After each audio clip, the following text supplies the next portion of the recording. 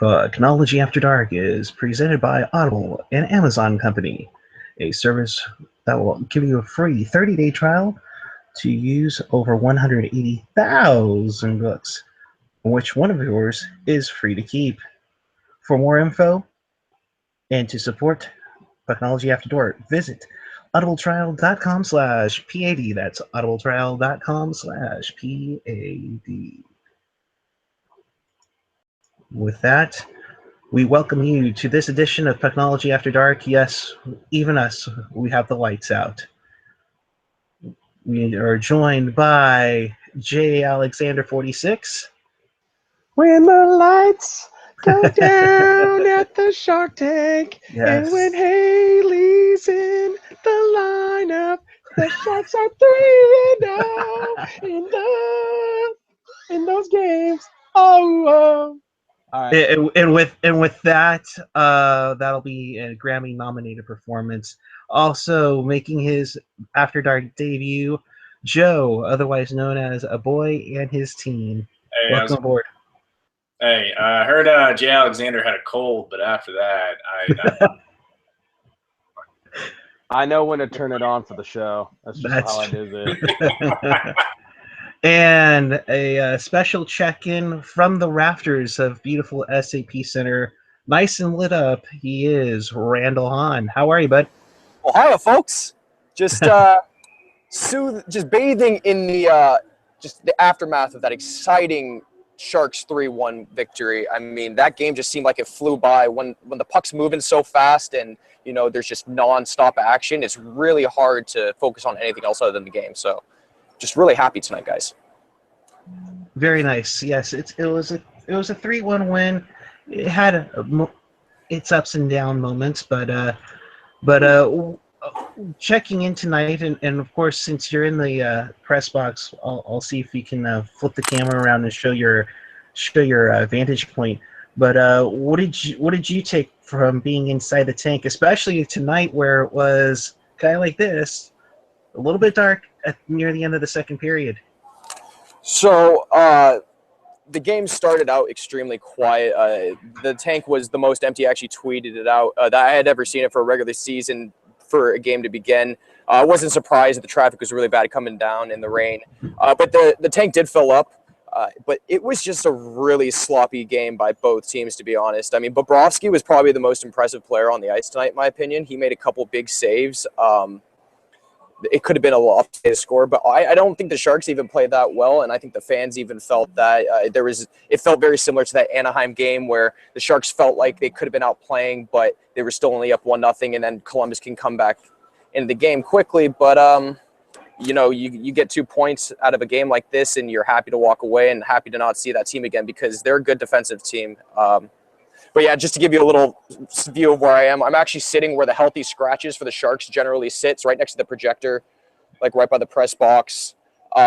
Sharks healthy scratches generally stay in the locker room because they tend to work out and ride the ellipticals, stretch. So nobody sits here, so it's kind of my secret spot. Very nice. Very nice. Awesome. Well, I know you need to get down to the locker room, Randall. I appreciate the time, and you definitely are getting some love now off the K-Fox Twitter and everything. Just briefly go into that before we send you off. Yeah, so I've been kind of quiet the last couple of months just because I didn't really want to, blow the whistle before the papers were signed. But I've been with 95.7. I've been just working with them for the last couple of months, and an opportunity has arisen with K-Fox. They're looking to have game day blogs and in-game blog interaction, and we're actually going to be doing some like post-game recap stuff, and you're going to see me on the K-Fox website posting blogs every day, game day, and I'm going to be live tweeting for every Sharks game home and away. So just hashtag Talkin' Teal Town. You can tweet at me if you want to interact. It's going to be awesome. It's going to be a great way for us to hopefully get something on a radio station where Sharks fans can call in and be heard. So the Pucknology, you guys are the best. Appreciate you guys having me on. You guys are the most entertaining form of podcast out there for Sharks, and I'm looking forward to more episodes with you guys. Appreciate it. We're welcome to have you every time. But one thing before we let you go, you got to come back with a tie next time. I mean, you got to show up your dad next time, Randall. Come on, you got to have that Okay, perfect tie on and let's everything. let's make this perfectly clear. I will never show up Shark Voice.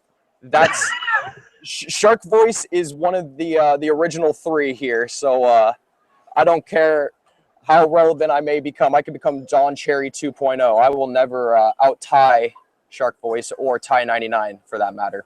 Wow, that's no disrespect, but that's probably true. All right, Randall, thanks. Go ahead and get down to the locker room. Appreciate it. You have a great night. Have a good show, fellas. All righty. Go on, bud.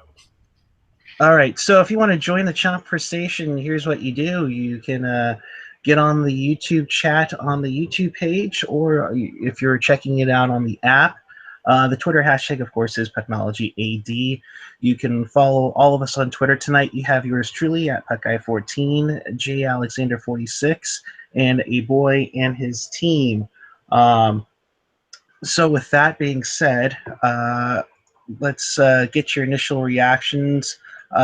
Joe, I'll let you talk first. Greetings, good sir. What did you take from tonight's win against the Neon Buggers? Well, I think Randall Hahn put it best. I mean, it was a pretty sloppy game. I mean, just between the power outage, the 22-minute third period, it was just a very unsettling feeling just watching it. And it didn't really seem like either team really kind of dominated the play for long stretches of time. I'd say Bobrovsky was probably, again, like Randall Hahn just said, was probably the most consistent player on the ice tonight. That being said, I think it was nice to finally see Martin Jones get his first solid start, I feel, of the season. As boring as the game was, I think he really kind of bailed us out in a couple bad turnovers by the Sharks defense. Because when he came into this game tonight, he, if I'm not mistaken, had a .899 save percentage. So I think getting a shutout, or excuse me, getting a 3-1 victory at least against Almost had the shutout. Almost had the shutout, but Scott Hartnell there had that kind of easy tap-in goal there. But no, I think overall, it was expected 2 points for the Sharks to win. I don't think it had to be that close, but I think kind of what we saw when these teams last met, for some reason, the Blue Jackets just know how to get under the Sharks' skin, and I'm just glad the Sharks were able to walk away with 2 points. Yeah, and Gentry, as I come to you, bud, there's something about the Blue Jackets that they always play tough against the Sharks, and there's never a say die, even though they were down 2-0. I mean, Hartnell comes in with a ugly goal, but Sharks 2 for 2 on the power play tonight. You gotta like that.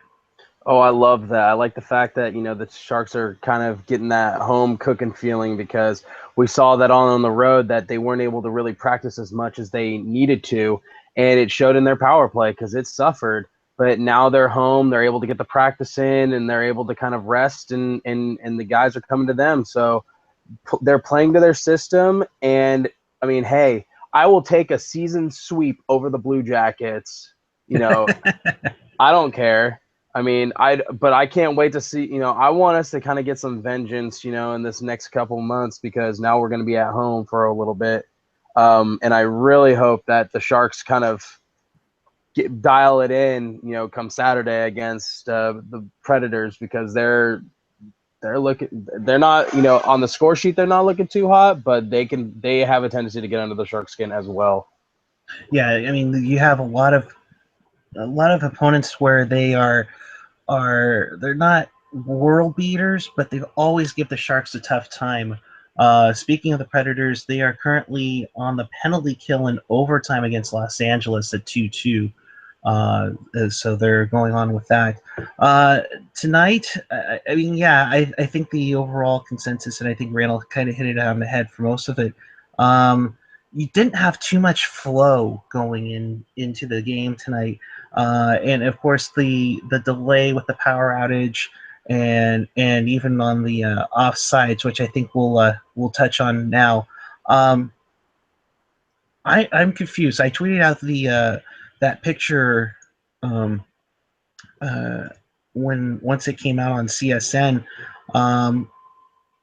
Joe, I thought that was onside. What did you see when you saw it? I think any call that takes that long to go over, unless there's an absolutely clear reason to overturn a call, I think that I was shocked. I actually thought they were going to be like, well, we looked at this for a while. We couldn't find any damning evidence to turn this over. And the fact that they were in it for that long and then decided to make the call really didn't sit well with me. I think that when there is a coach's challenge, if they're going to overturn the call, that there has to be concrete evidence presented that, undeniable. And that wasn't given, I feel like, by the refs. The explanation was very wonky. And as Jamie Baker was mentioning, I honestly thought when they dropped the coach's challenge that it was going to be for a high stick.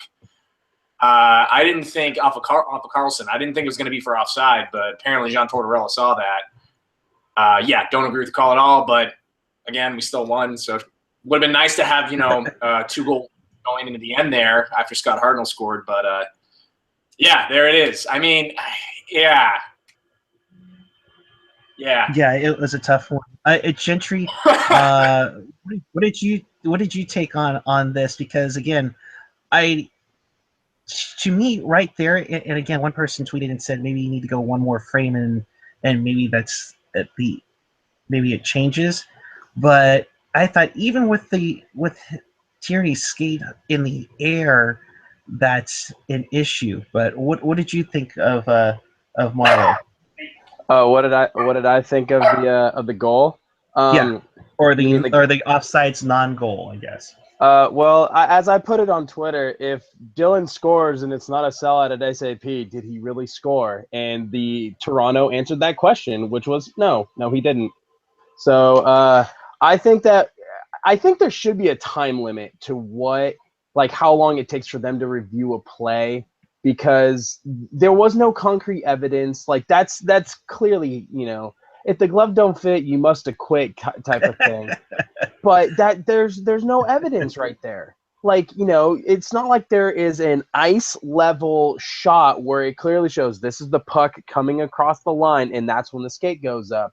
But then again, Toronto has it against the Sharks, and also we're the later game in the evening, so the Toronto's just on NyQuil like I am right now. No goal. Screw They're playing who? The Blue Jackets? It's like, no. Let's just take a little bit of time. Wait. They have some time because, they had a power outage. Let's just make them suffer some more. Yeah. So apparently Hasno's check to PG&E didn't clear. Apparently. We'll get into that. I'll mention this as I'm turning off the television here. The Kings just beat Nashville in overtime. Of course. So watch out. I mean, this is kind of like last year where Anaheim and LA, I think, started out 0-6-1 last year of sorts, and here they go again. They're coming on again and both taking out Nashville in both games. So sick of the LA Kings, the backup goalie carries the team narrative. I can't have it. But yeah, we'll get into the power outage now. It can kind of throw you off a little bit. Hey, it's the first time, and Randall mentioned this before, a 22-plus minute third period, essentially. But, of course, I mean, it goes down officially as 2:42 left in the second. They played that, and then they played the full 20. It's like I was waiting for, like the Pee Wee Kids hockey where Bobrovsky and Jones would kind of tap their sticks as they were crossing each other on the ice. Definitely not the first time that they've had a power outage at the Shark Tank. I think it's the fourth time in Gentry that we've had it, where we had the big power outage in 2007 when the game was delayed 45 minutes. I think you and I were at the Shark store one time when the power completely went out. This time it was just the lights. That was during the summer because we were having a huge heat wave and just right. The transformers, yeah. And I think also there was the what was it? In last December we had the malfunctioning scoreboard, which came down within feet of the players. So we haven't gotten a full official reason yet from anybody as to why the power outage, but I would think, guys, that it would throw somebody off during the night or during the game, just because you're so routine into having 20-minute periods, and then all of a sudden, oh crap, the period's over. Okay, and now we're going to play an extra 2.5. Well, Eric, we clearly know what needs to happen. You need to take your, Wheel of Fortune money and you need to put it towards a new transformer for SAP Center. Come on, dude. You say you love this team. Give them the power they need. I think, I'm going to give my best. I'm kind of happy though that this happened at the end of the period, because I mean, if this had happened, in the middle, like who's to say that they would have like just made it a 30-minute third? So I mean, at least if the lights are going to go out, it kind of went out at a convenient time. But right, yeah, I'm sure you play 82 games in a regular season, and something like that happens, you get into a routine, and when that gets thrown off like that, I'm sure it's very unsettling as a player. Right, and actually they mentioned this on the intermission with Kevin Kurz. It's Rule 77.3. If any unusual delay occurs within 5 minutes of the end of the first or second periods, the referee may order the next regular intermission be taken immediately. The balance of the period will be completed on the reception of play when the teams defending the same goals, after which the teams will change ends and resume the ensuing period without delay. So basically, it's kind of a cover your butt rule of sorts, but I mean, if it was in the middle of the period, I would say, Joe, they probably would have just sat there, waited, and it seemed like it came right back on after it went out for a moment. Well, we did get another intermission with that review of that goal, so all is fair. Plenty of time to go get another bottle of chum at the Shark Tank. So moving on here, face-offs, which is always AJ's favorite stat that he likes to look at. It was pretty much even here, 51-49 for the Blue Jackets. Trying to look in here, you have some interesting ones. Again, Logan Couture was struggling in the face-off circle at 22%. So maybe Sydney wasn't cheating during the Cup final? I don't know. You have... Jumbo came back strong with an 80, Pabs with 67, Wardo at 33. I'm not sure why he took like 3 face-offs, I guess. Maybe that was during the power play. Yeah. An interesting, Tierney and Winkles, who are both on that fourth line, each did 50% on face-offs tonight. So it's better than what they had during the road trip, but why not a? What stood out to you guys? Gentry, let's go with you. Sorry, malfunctioning. I was having this. I'm on the same servers that SAP are. What stood out to me about the game?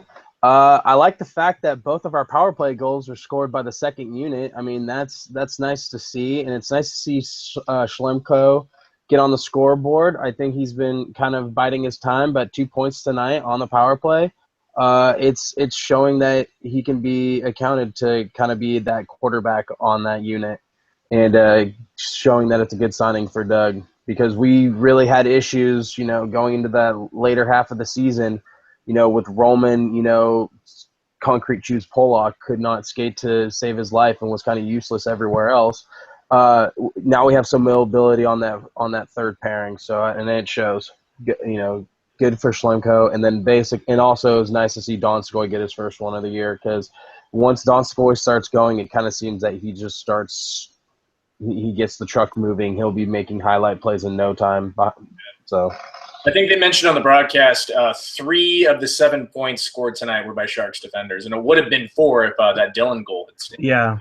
So I think just a great outing from the Sharks defense tonight. Yeah, they played pretty strong. Yeah, sorry. They played pretty strong tonight, offensively and defensively. I think now that they are getting some practices in, they're finally figuring out their game and kind of finding their way of two-way hockey. While we did say the Sharks were 2 for 2 on the power play tonight, they did a great job again on the PK, 0 for 3. And I think, maybe that's where the practices is coming in, because they were kind of now getting the the timing to work on the special teams. Yeah, I think in that Detroit game, they killed something like 7 penalties in a row. I mean, I think out of all the problems that the Sharks have had the last few games, the PK has really been one of the silver linings. And I think tonight it clicked again, and it really kind of gave the Sharks a bit of more breathing room when the game was close there at the end. So very good job by them. I think we've only allowed, one power play goal this entire season so far? Am I right in that assumption? I will look that up, but I I hope that'd be great if that was the because case. I think the only power play goal we've allowed to get scored on us was the home opener with Tyler Toffoli's goal. But I think ever since then we have killed. I think we've killed all of them. No, we had a little bit of a rough start. I think we're at 81.8%. I recall that we had a rough going there. I think we had one. Yeah, The Rangers. Yeah. Yeah, that threw us Oh, the off. Rangers game. Yeah, that one was bad. Let's not forget. Rangers game. We'll forget about that one. Yeah, 81.8. They're in the middle of the pack, but they've been getting better. They have been a lot better. While I have the team stats up here, I'm looking at it, and the Sharks are actually dead last in face-off wins at 42.3. Sign Manny Malhotra. Yes, if we could kidnap Malhotra from Vancouver, it would be great. He's an assistant coach over there. All right, so although also interesting here, the Blue Jackets, it looks like, are second in the league right now in the penalty killed, 94.1%. So good on us for getting 2 power play goals against them tonight. That's amazing on PK, you say? Or maybe, well, yeah, I'm looking at NHL.com/stats, so maybe it's not as accurate as everybody else is. But yeah, that's true. Yeah. When you go 2 for 2 on the power play, that's a very good night, especially for the Sharks, who have a hesitation to shoot the puck. But credit to the Sharks. That first power play, they had 4 shots on. The Blue Jackets had 4 shots on goal early on, and then I think that third power play that was like halfway between the second and third, they didn't allow a shot. So they progressively got better as they went on. And kudos to the Sharks for not allowing a rookie to score their very first goal. No, but a rookie did get his first point tonight. But it's not a goal. Yeah. Yes. I'll take silver linings. Progress. Awesome. We are looking for questions. If you have any questions or comments on the show, I'm trying to go through the chat right here. Please use the hashtag PucknologyAD. I think some people have already come in. Hockey Jerk saying, the fans chanted "Ref, you suck," but it's the right call. I don't know about that. That was a close call. I can't see the angle where they was where it really showed conclusive evidence that Tooney was offside. Exactly what we were saying. It needs to be conclusive to overturn a call. Right. Or in the Sharks' case, 50-50, and then, still screw them over.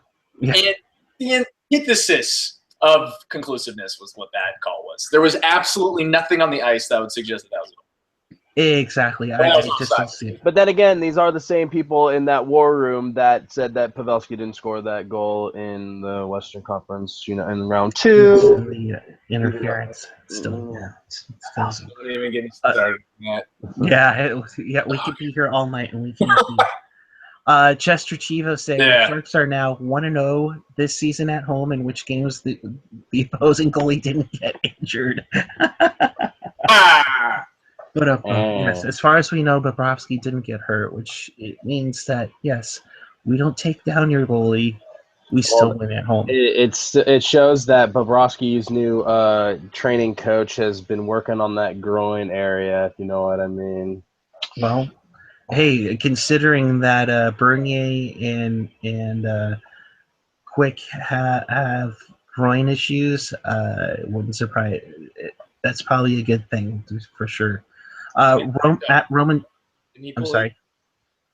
the other backup for the King, Zakov, or whatever his name is? He pulled his groin in practice, right? Exactly, and he had to be carried off the ice. Budai is kind of carrying the Kings right now, and well, the team in front of him is doing a pretty damn good job helping Or out their with that. competition has been kind of weak, in my opinion.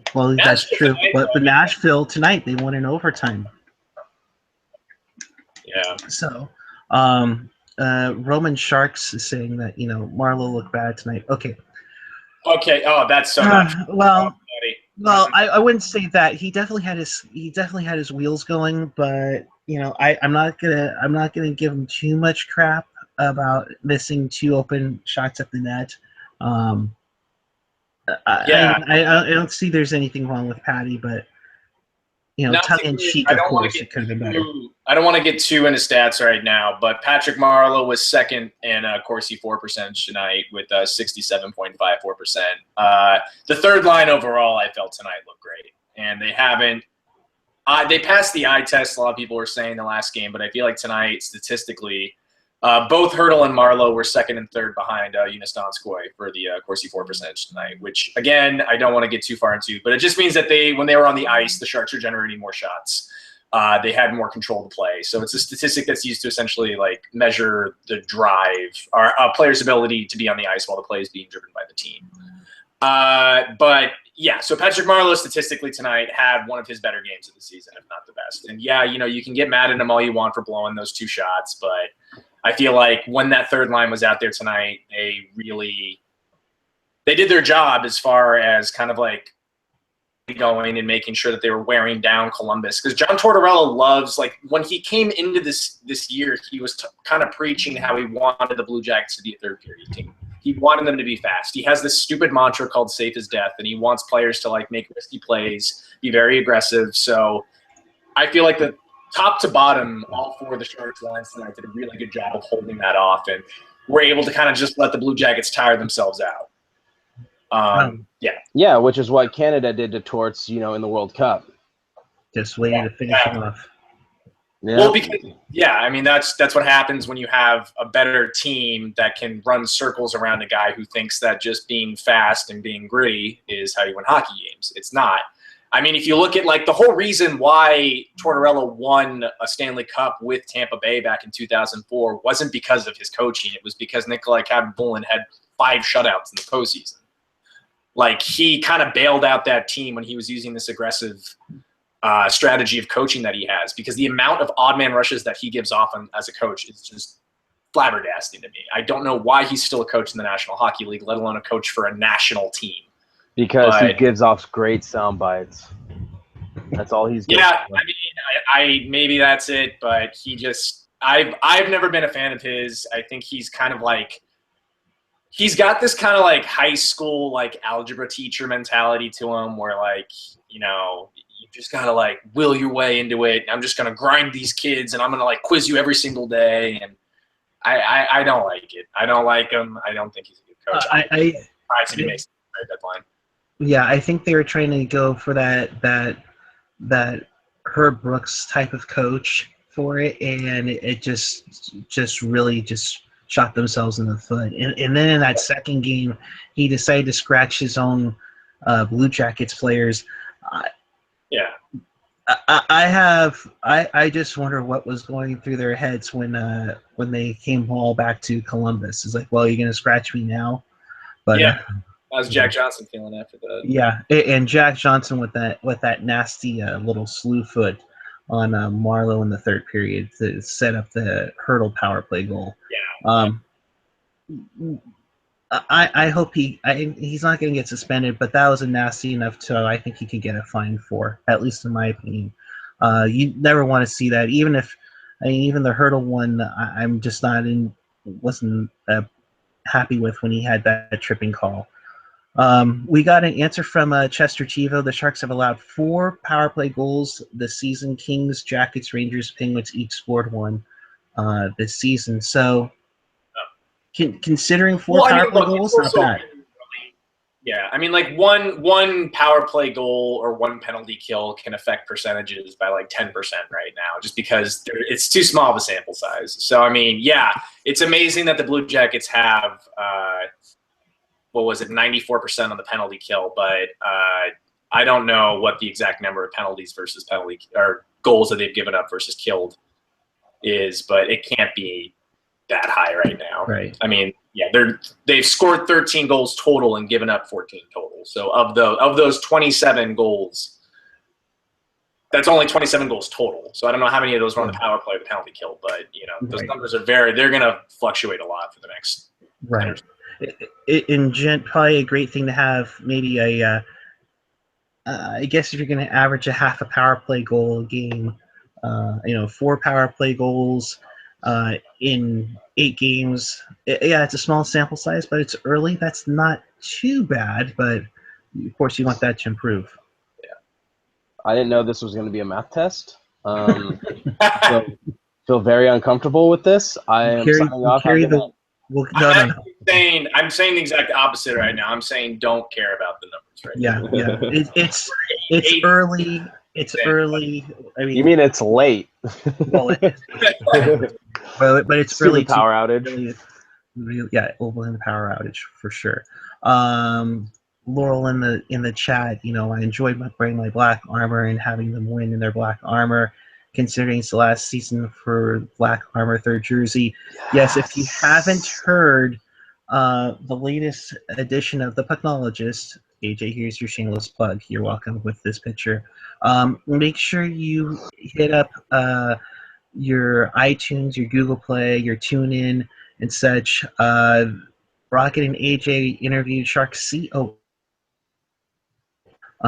earlier this week, and one of the pressing issues, and of course, as a logo and jersey geek, the Black Arbor jersey, which made its season debut tonight, is not going to come back after next season. Every team will be wearing their home and away jerseys next season, apparently. For more info, it's very informative. Check out the Pucknology podcast on SoundCloud, iTunes, Google Play, TuneIn, Stitcher, all that good stuff. But we have a special dog moment. Did I see a dog with you, Joe? Oh yeah, this is Buster. Sorry, he just jumped up in my lap. All good. My precious dog Marlo celebrated his 6th birthday yesterday, so I saw a dog. I gotta go to puppies. So we've kind of basically covered everything from tonight's game as we go around the league, powered by the NHL.com website, the most accurate stats page ever, and won't load up properly as we speak. There we go. All right, Pittsburgh beat the Islanders 4-2. Sidney Crosby gets it going again for the Penguins, and they're starting to get on a roll. Buffalo gets shut out by Minnesota. Dubnik's getting hot again, folks. Wild beat the Sabres 4-0. In Philly, the Desert Dogs beat the Flyers 5-4 in a crazy game in Philly. Hold the phone. Get the parade routes ready. Toronto beat the Florida Panthers 3-2 tonight. Did Austin Matthews score in that game? No, he did not, but Tyler That is why they won.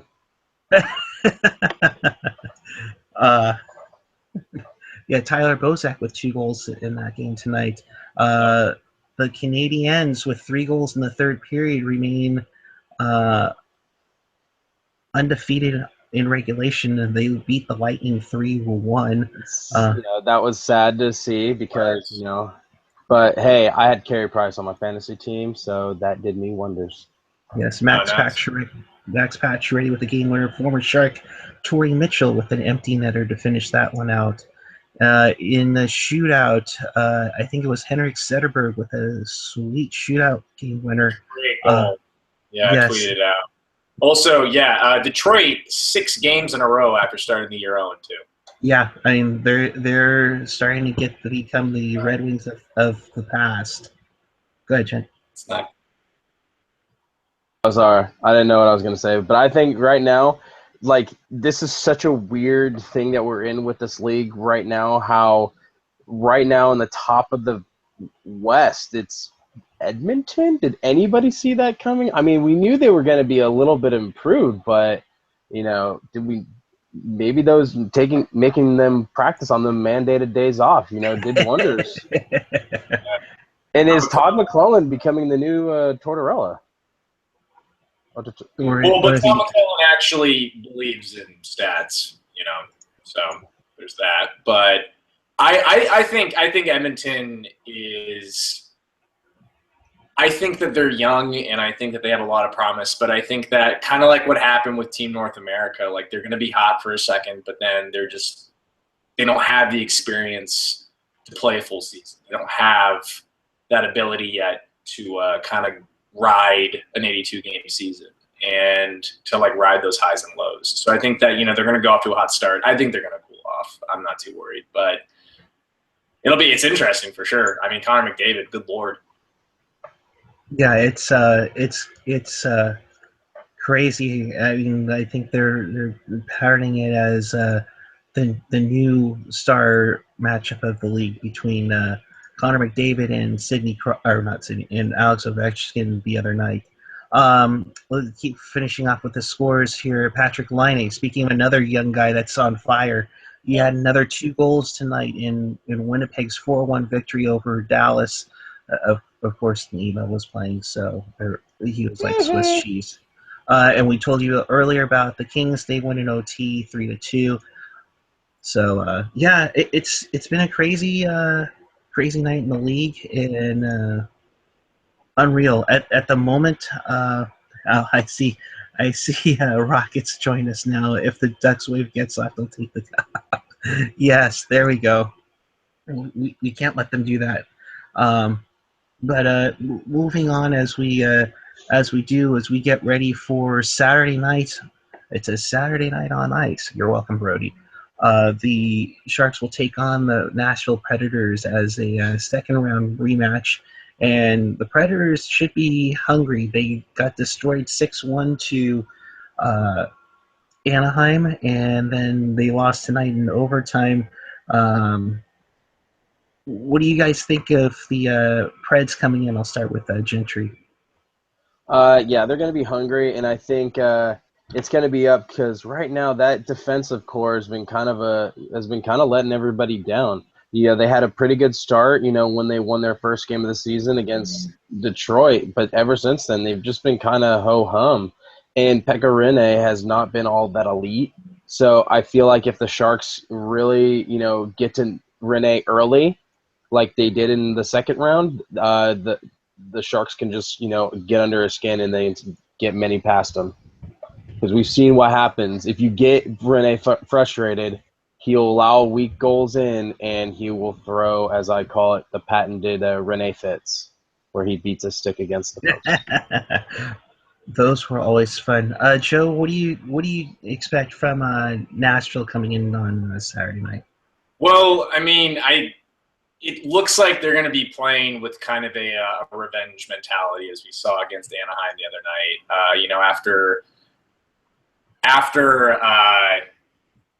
Well, I should say, excuse me, I'm going to flip that script.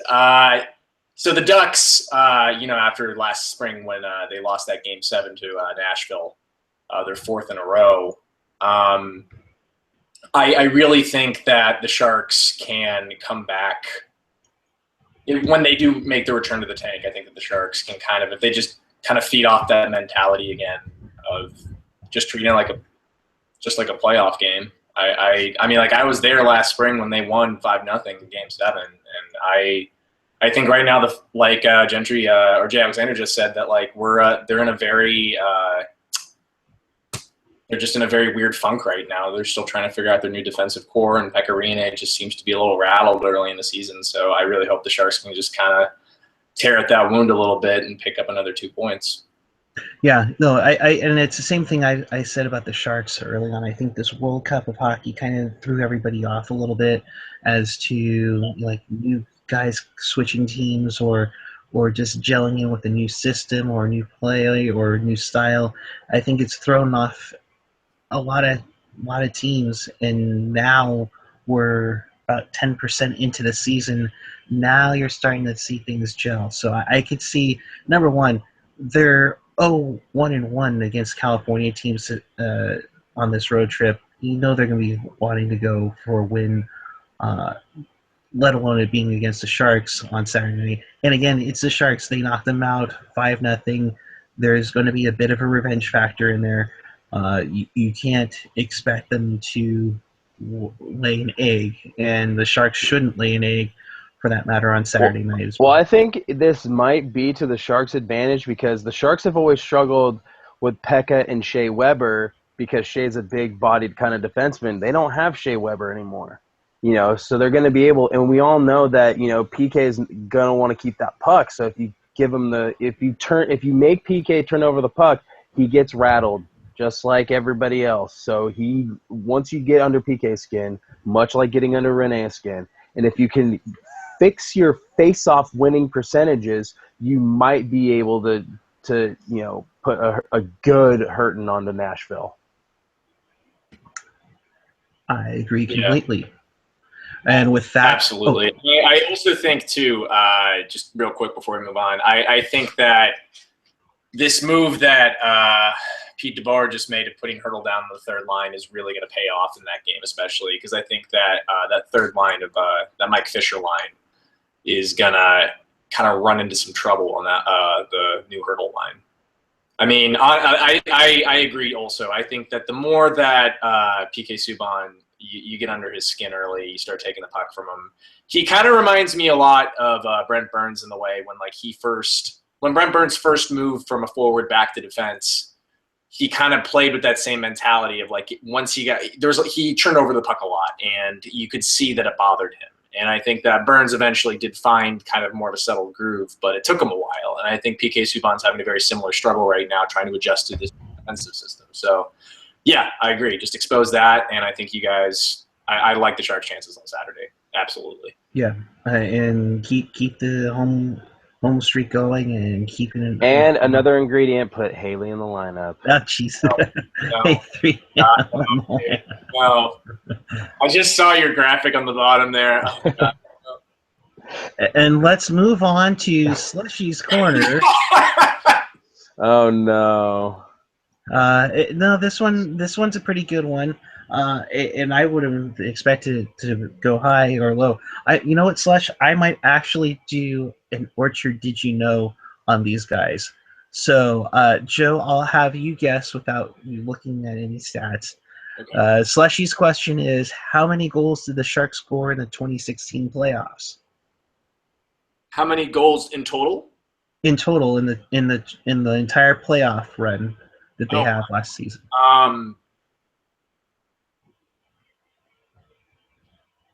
37. 37. All right. 37 is not the correct answer. So, Gentry, for your chance for the $0 Orchard Supply gift card, is 37 higher or lower? I'm gonna say lower. You're gonna say lower. Actually, the correct answer that we were looking for is 74. So they scored 74 goals in the entire 2016 Stanley Cup playoff run. Amazing what happens when you make it past the third round. Right? So congratulations, Joe. You win the $0 Orchard Supply gift card. Thanks for playing Orchard Supply Did You Know? And take that. I can be the next in-game host for your San Jose Sharks. All right. With that, let's get out of here. Final thoughts from you, Joe? Just overall in the game or just in general? Or just in general. Keep the lights on next time. I think the moral of this game is I think we learned a lot. Also, I think Brody was tweeting about this, but SAP after the Joe closes is going to be the third oldest stadium in the league, tied with the Honda Center. So I know that the Sharks have that 10-year lease on the SAP Center, but feel like tonight might be another reason why they might want to consider looking at stuff. I'm not saying build a new arena tomorrow, but it's definitely starting the conversation. So. Oh, I'm sure that's probably in their heads a little bit. Gentry, your final thought before we get out of here. My final thoughts is I'm glad that the Sharks were able to pull this one out because usually good teams, no matter how bad of a game they've played, they will always find a way, and the Sharks were able to do it. So kudos to them.